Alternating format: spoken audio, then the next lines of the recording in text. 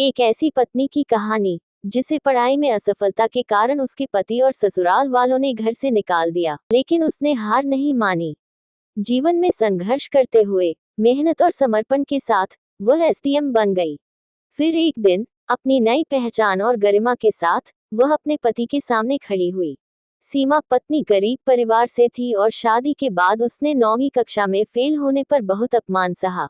उसका पति विजय और ससुराल वाले उसे पढ़ाई में कमजोर और बेकार मानते थे। सीमा को घर से बाहर कर दिया गया। उसने अपने आत्मसम्मान को ठेस पहुंचाने वाले उन शब्दों को अपने जीवन का लक्ष्य बना लिया। सीमा ने काम करते हुए पढ़ाई जारी रखी।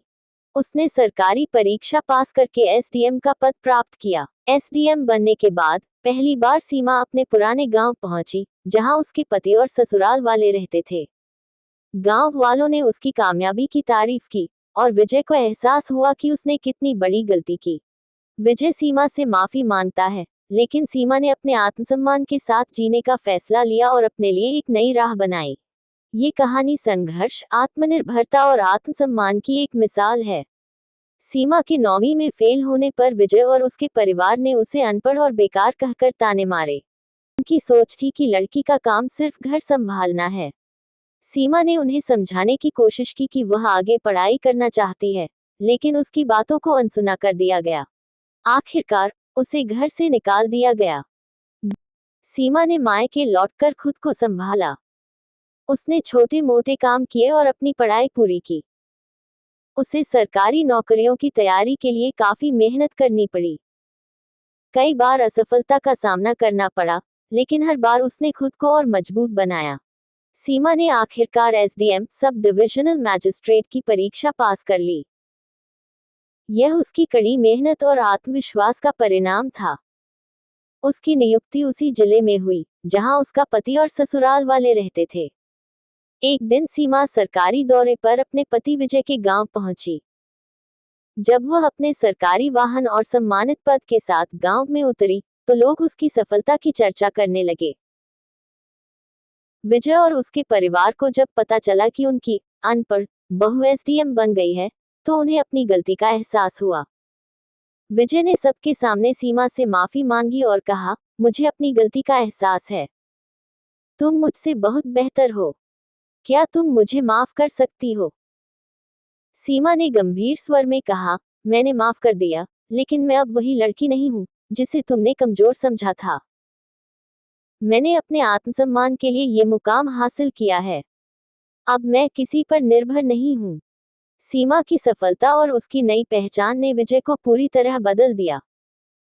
वह अब अपनी गलती पर पछतावा कर रहा था। उसने सीमा से कहा, तुमने जो किया वह मैं कभी सोच भी नहीं सकता था। मैं शर्मिंदा हूँ कि मैंने तुम्हें उस समय समझा ही नहीं। सीमा ने उसे शांत स्वर में उत्तर दिया, विजय, जो समय गुजर गया उसे बदला नहीं जा सकता, लेकिन आज मैं यहाँ इसलिए हूँ क्योंकि मैंने अपने अपमान को ताकत बनाया। मेरी सफलता सिर्फ मेरी मेहनत का नतीजा है। सीमा ने गांव के लोगों को संबोधित करते हुए कहा, एक महिला का जीवन सिर्फ घर तक सीमित नहीं होता। अगर उसे सही मौका और समर्थन मिले तो वह कुछ भी कर सकती है। मेरी कहानी इसका एक उदाहरण है। गांव की अन्य महिलाएं जो सीमा की स्थिति में थी, उससे प्रेरित होकर अपनी जिंदगी बदलने का संकल्प लेने लगी। सीमा ने उनके लिए मुफ्त शिक्षा और कौशल विकास के लिए एक केंद्र खोलने का भी वादा किया। विजय ने सीमा से कहा, अगर मैं अपने किए का प्रायश्चित कर सकता हूँ तो मुझे बताओ। मैं चाहता हूँ कि मैं भी तुम्हारे काम का हिस्सा बनूं। सीमा ने उसे जवाब दिया, अगर तुम सच में बदल गए हो तो अपनी सोच को बदलो। महिलाओं का सम्मान करो और उन्हें आगे बढ़ने में मदद करो। यही तुम्हारा प्रायश्चित होगा। सीमा ने अपने जीवन में आगे बढ़ने का फैसला किया। उसने अपने आत्मसम्मान को बनाए रखते हुए विजय को माफ कर दिया, लेकिन अपने अतीत को दोहराने का जोखिम नहीं उठाया। उसने समाज के लिए काम करने को अपनी प्राथमिकता बनाया।